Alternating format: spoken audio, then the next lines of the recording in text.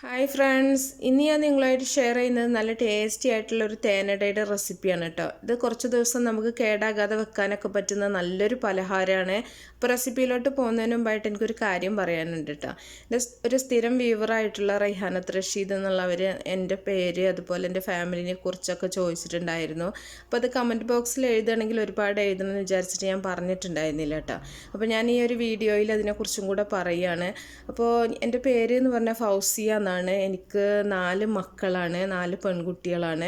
വലിയ ആളിപ്പോൾ 10th-ലാണ്, രണ്ടാമത്തെ ആൾ 4th-ലാണ്, മൂന്നാമത്തെ ആൾ 2nd സ്റ്റാൻഡേർഡിലാണ്, നാലാമത്തെ ആൾക്ക് 2.5 വയസ്സായിട്ടുള്ളൂ. അപ്പോൾ ഞങ്ങൾ നാട്ടിൽ മലപ്പുറം തന്നെയാണ്, ഇവിടെ സൗദിയിലാണ്. അത്രയൊക്കെ ഉള്ളൂ കേട്ടോ. അപ്പോൾ നമുക്ക് ഈ ഒരു തേനട എങ്ങനെ ഉണ്ടാക്കുന്നത് നോക്കിയാലോ. ആദ്യം തന്നെ ഞാനൊരു ബൗളിൽ 1.5 ഗ്ലാസ് ഗോതമ്പ് പൊടി എടുത്ത് വെച്ചിട്ടുണ്ട്. അപ്പം ഞാനിവിടെ ഗോതമ്പിലാണ് ചെയ്യുന്നത്, നിങ്ങൾക്ക് വേണമെങ്കിൽ മൈദയിൽ ചെയ്യാം കേട്ടോ. ഇതിലേക്ക് ആവശ്യത്തിനുള്ള ഉപ്പ് ചേർക്കുന്നുണ്ട്. മൈദയിൽ ചെയ്യുമ്പോഴാണ് കൂടുതൽ ടേസ്റ്റ്. അപ്പോൾ മൈദ കഴിക്കാത്തവരുണ്ടെന്നുണ്ടെങ്കിൽ ഇതുപോലെ ഗോതമ്പിൽ ചെയ്താൽ മതി. ഇതിലേക്ക് 2 ടേബിൾ സ്പൂൺ നെയ്യ് ചേർക്കുന്നുണ്ട്. നെയ്യ് തന്നെ ചേർക്കുക കേട്ടോ. ഓയിൽ ചേർത്തിട്ടുണ്ടെന്നുണ്ടെങ്കിൽ നമുക്ക് ഇത്രയും ടേസ്റ്റും അതുപോലെ ഇത്ര ക്രിസ്പും ആയിട്ടും നമുക്ക് കിട്ടൂല. അതുകൊണ്ട് നമ്മൾ നെയ്യ് തന്നെ ചേർക്കണം. എന്നിട്ട് കൈ വെച്ചിട്ട് നല്ലപോലെ നമുക്കിതൊന്ന് മിക്സ് ചെയ്തെടുക്കാം. അപ്പോൾ നെയ്യ് ചേർക്കാൻ മറക്കരുത് കേട്ടോ. നെയ്യ് ചേർക്കുമ്പോഴാണ് കൂടുതൽ ടേസ്റ്റ് ഉണ്ടാവും, അതുപോലെ നല്ല ക്രിസ്പി ആയിട്ട് ഇരിക്കുള്ളൂ. ഇനി ഇതിലേക്ക് നമ്മൾ ചെറിയ ചൂടുള്ള വെള്ളം ഒഴിച്ചിട്ട് ഈ മാവ് കുറേശ്ശെ വെള്ളം ഒഴിച്ചിട്ടൊന്ന് കുഴച്ചെടുക്കണം. അപ്പോൾ നിങ്ങൾക്ക് ഈ ഒരു മാവ് കാണുന്ന സമയത്ത് കുറച്ച് വൈറ്റായിട്ട് കാണുന്നുണ്ടാവും. നമ്മുടെ ഈ ഒരു ക്യാമറയിൽ കാണുമ്പോൾ അങ്ങനെ തോന്നുന്നതാണ് കേട്ടോ. അപ്പോൾ ഇത് ഗോതമ്പ് പൊടി തന്നെയാണ്. ചിലർക്കൊക്കെ ഭയങ്കര സംശയമാണ് ഗോതമ്പ് പൊടി കാണുമ്പോൾ ഇത് മൈദയാണോ എന്നുള്ളത്. അപ്പോൾ നമ്മൾ ഡയറക്റ്റ് കാണുമ്പോൾ നല്ല സാധാരണ നമ്മുടെ ഗോതമ്പിൻ്റെ കളർ തന്നെയാണ്. പക്ഷേ നമ്മളിങ്ങനെ ഒരു വീഡിയോയിൽ കാണുമ്പോൾ കുറച്ചും കൂടി ഒരു ബ്രൈറ്റ് ആയിട്ടാണ് കാണുന്നത് എന്ന് മാത്രം കേട്ടോ. അപ്പോൾ കുറേശ്ശെ വെള്ളം ഒഴിച്ചിട്ട് നമുക്കിത് നല്ല പോലെ ഒന്ന് കുഴച്ചെടുക്കുക. വെള്ളം കൂടി പോവരുത് കേട്ടോ. വെള്ളം കൂടി പോയിട്ടുണ്ടെന്നുണ്ടെങ്കിൽ നല്ലോണം എണ്ണ കുടിക്കൂട്ടോ. അത് നിങ്ങൾ പ്രത്യേകം ശ്രദ്ധിക്കുക. വെള്ളം കുറേശ്ശെ ഒഴിച്ചിട്ട് നല്ല പോലെ കുഴച്ചിട്ടാണ് നമ്മളിത് സോഫ്റ്റ് ആക്കി എടുക്കേണ്ടത്. അപ്പോൾ ഇനി ഇതൊരു 10 മിനിറ്റ് നമുക്ക് മാറ്റി വെക്കാം. ഒരു സമയം കൊണ്ട് ഇതിലേക്കുള്ള ഫില്ലിങ് റെഡിയാക്കി എടുക്കാം. അപ്പോൾ ഒന്ന് അടച്ച് വെച്ചിട്ട് നമുക്കിതൊന്ന് മാറ്റി വെക്കാം. ഇനി ഇതിലേക്ക് ഉള്ള ഫില്ലിങ് റെഡിയാക്കാൻ വേണ്ടിയിട്ട് ഒരു പാൻ അടുപ്പത്ത് വെച്ചിട്ടുണ്ട്. ഇതിലേക്ക് ഞാൻ 1 ടേബിൾ സ്പൂൺ ബട്ടറാണ് ചേർത്തിട്ടുള്ളത് കേട്ടോ. ബട്ടറിന് പകരം നിങ്ങൾക്ക് നെയ്യ് ചേർക്കാം.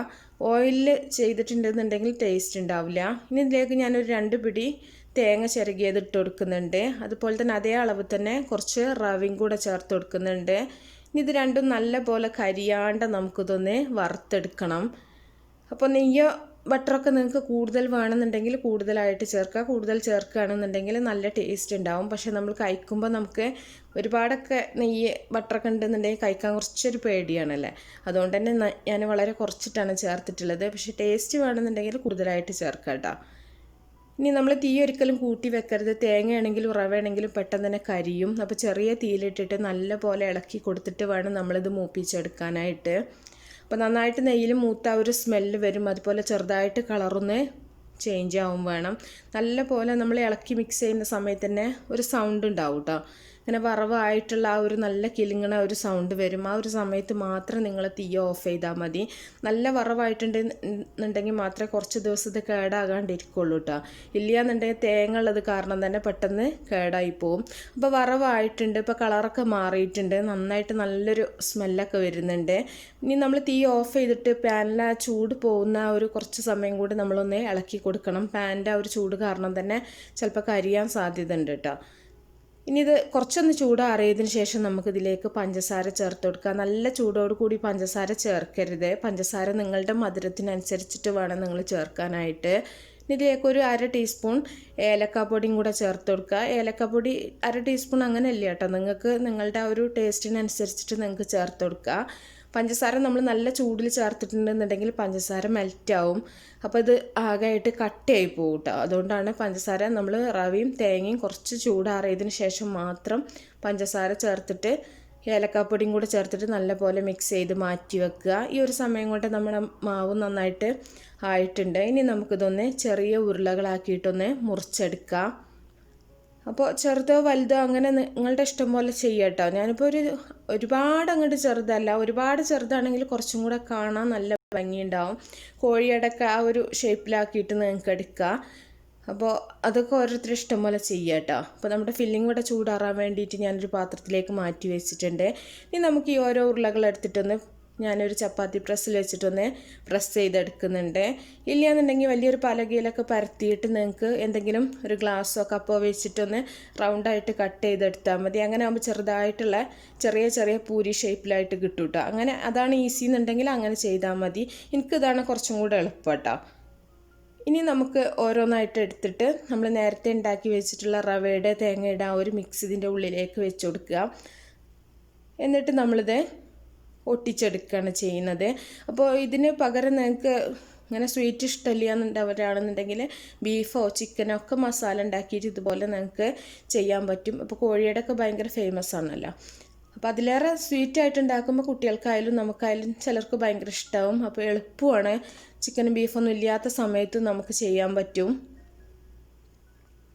അപ്പോൾ ഇതുപോലെ ഇങ്ങനെ കുറച്ച് വലിച്ചിട്ടൊന്ന് ജസ്റ്റ് ഇങ്ങനെ ഉള്ളിലേക്ക് മടക്കി വെച്ച് കൊടുത്താൽ മതി. പിരിച്ചെടുക്കുക എന്നാണ് പറയട്ടെ. ചിലർക്കിത് ചെയ്യാൻ ഭയങ്കര ബുദ്ധിമുട്ടായിരിക്കും, ചിലർക്ക് വളരെ ഈസി ആയിട്ട് ചെയ്യാൻ പറ്റും. ഇനി ഇതൊന്നും ചെയ്യേണ്ട നിർബന്ധമില്ല. ജസ്റ്റ് അങ്ങോട്ട് ഒട്ടിച്ചിട്ട് ഒരു ഫോർക്കോ അല്ലെങ്കിൽ എന്തെങ്കിലും വെച്ചിട്ടൊന്ന് പ്രസ് ചെയ്ത് കൊടുത്താലും മതി. അപ്പോൾ നിങ്ങൾക്ക് ഏതാണോ ഈസി അതുപോലെ ചെയ്താൽ മതി കേട്ടോ. ഇല്ലെങ്കിൽ ഇപ്പോൾ ഇങ്ങനെ ഇതിൻ്റെ അച്ചുണ്ടല്ലോ അതിൽ വെച്ചിട്ടൊന്ന് പ്രസ് ചെയ്തെടുത്താലും മതി.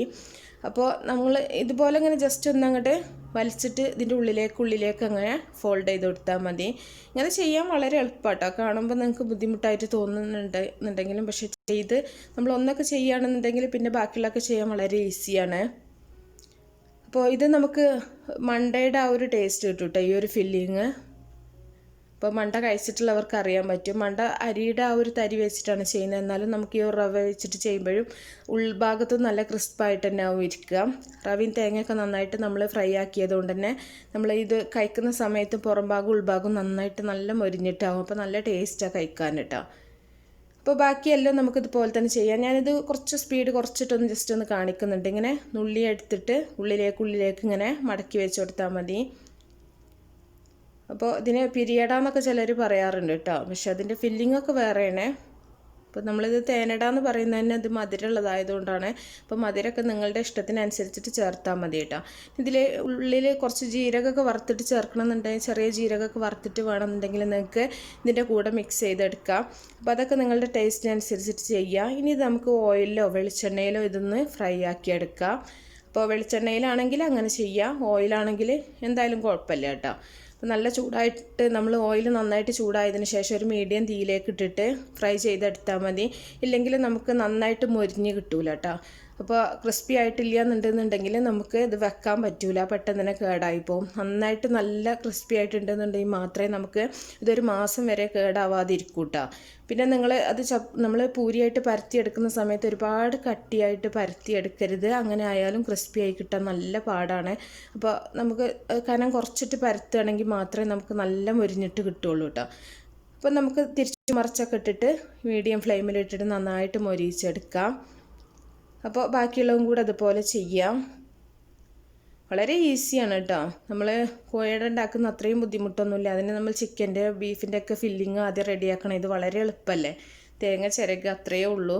അപ്പോൾ നിങ്ങൾ പ്രാവശ്യമെങ്കിലും ഉണ്ടാക്കി നോക്കുക. കുട്ടികൾക്കൊക്കെ ഒരുപാട് ഇഷ്ടമാവും. പുറത്ത് പോകുന്നവർക്കൊക്കെ കൊടുത്തയക്കാനൊക്കെ പറ്റും കേട്ടോ. നിങ്ങൾക്ക് പാർസലായിട്ടൊക്കെ കൊടുത്തു വിടാനൊക്കെ പറ്റും. അപ്പോൾ ഇഷ്ടപ്പെട്ട തീർച്ചയായിട്ടും നിങ്ങൾ ലൈക്ക് ചെയ്യണം, ഷെയർ ചെയ്യണം, അതുപോലെ നിങ്ങളുടെ അഭിപ്രായങ്ങളൊക്കെ അറിയിക്കണം കേട്ടോ.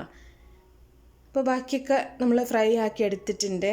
അപ്പോൾ നല്ല റെസിപ്പികളൊക്കെ ആയിട്ട് നമുക്ക് അടുത്തൊരു വീഡിയോയിൽ കാണാം.